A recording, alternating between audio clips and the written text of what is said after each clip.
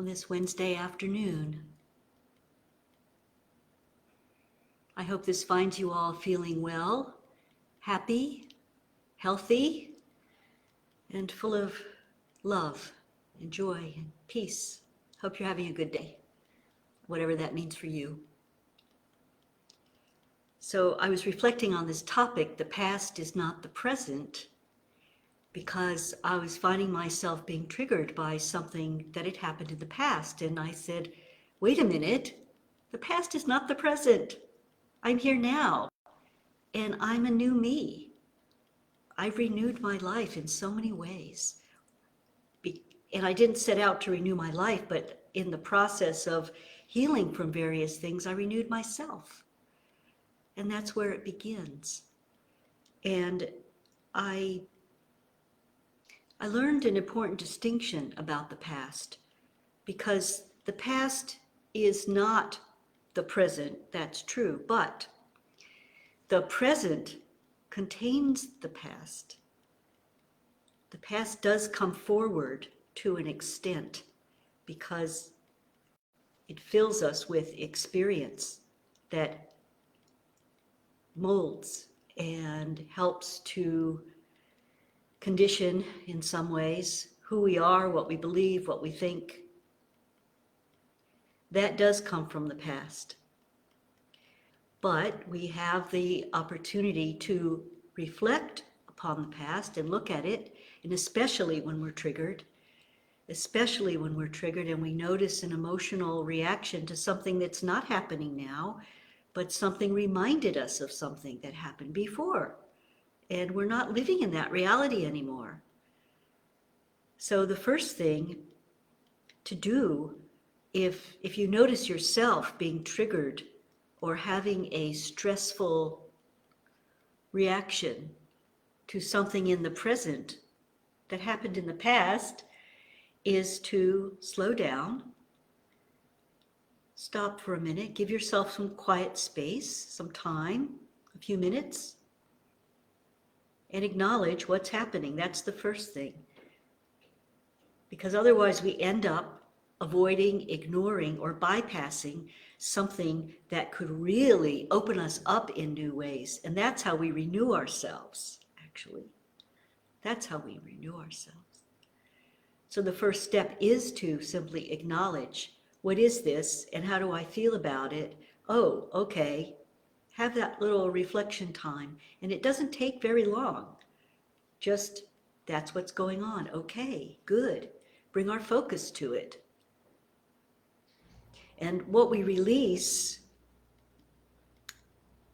is the impact and negative impact, we could say, of that past experience by allowing ourselves to experience whatever's there at the time.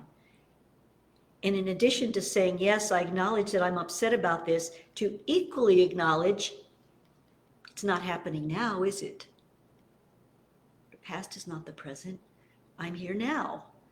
And to fully experience yourself as you are now, knowing that you most likely learned something from the past, or feeling grateful that it's the past and not the present. It's not happening anymore. Isn't that wonderful? Or if it's something we miss from the past, to simply flow love and gratitude, because that fills our heart with joy, and that can happen in the present. And those joyful memories is how the past continues to give to us.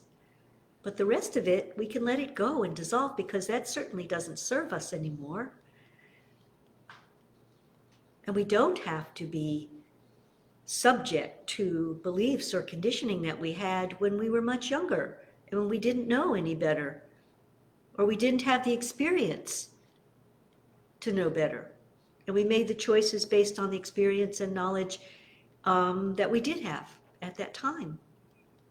But maybe now we would make different choices. Okay, that's good. We can look forward to that. There'll be certainly opportunities.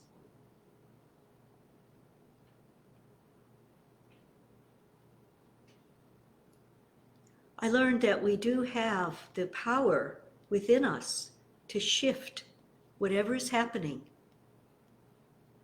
And we can shed old skins. So we can feel grateful for our past. We can bless our history, we could say. It brought us to where we are now. But we don't have to carry it around with us. And we do not have to let it control us or dominate who we are now. And maybe we were a certain way in the past. And maybe we don't want to be that way anymore. We don't have to be. I can call forth new parts of myself to create in new ways.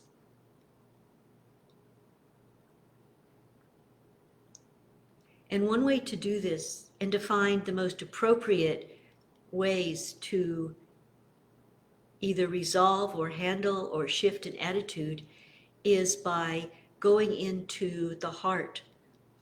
And recently, through the HeartMath Institute, they teach a wonderful tool called the freeze frame. It's called freeze frame. I'm not sure why that is. But nevertheless, it begins with acknowledging a situation as it's happening right now, and then looking at what your thoughts and feelings are about it. And then the second step is to go into the heart, breathe slowly in and out through the heart, because right away that's going to have a calming effect. And it's from a calm, balanced state of mind and emotions that what is needed will come forth. And we can ask then and say, what is needed for me? What is the best way to look at this? What is the best actions for me to take? How can I resolve this in my understanding? How can I let it go? I'm willing to let it go. I'm willing to move forward and hold a new vision of myself, and actually imagine what that vision of your new self is. This is how we can actually rebirth ourselves. We bring a certain amount of who we are and what we've always known, and our essence certainly stays with us, but there are many things that don't need to stay with us anymore. And sometimes we hold on to them because of habit, conditioning. We don't have to. And that is so liberating to know how we really have it within our own power by shifting our focus and attention to change that reality. We're never stuck with anything. So in this particular practice with the heart, to just take a few minutes and then ask, and then just be there for a few minutes as you're doing the heart wave breathing. Because it's really the heart space that is the seat of our soul, the source of our own being. And it's in that space that the truth comes forth in the most appropriate way for this particular time. The truth will come forth. There is innate wisdom and intelligence contained in the heart. So just having a practice where we stop and bring the focus there first, because that will bring enough balance to our minds, because heart and mind are so connected, to open up some insight and understanding to what would be needed.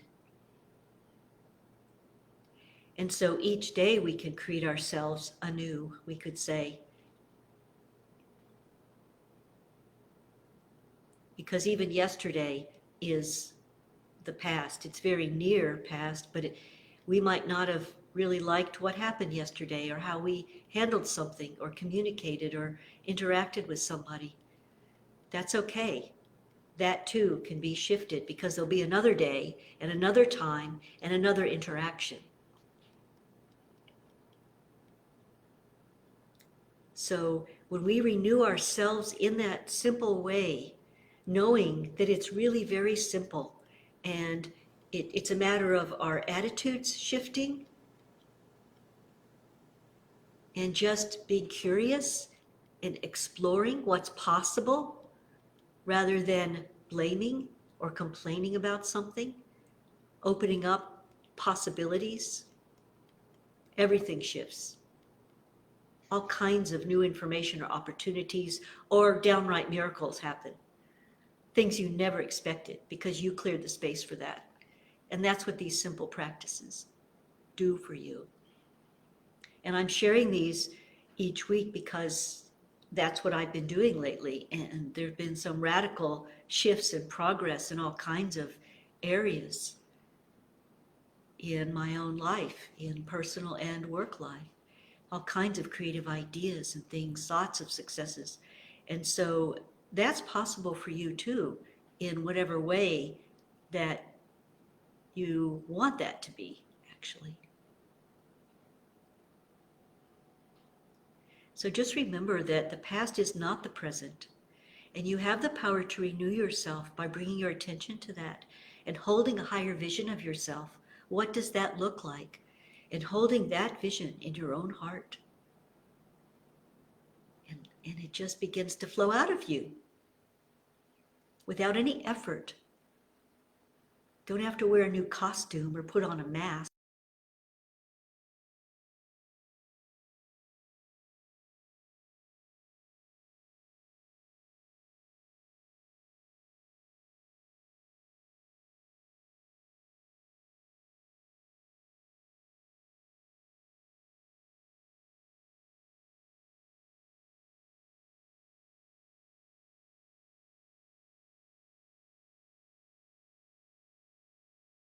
Most inclined in what you enjoy. So we begin by relaxing, because in a relaxation we open up. Once you're open, you direct your attention. You begin to come forth from within.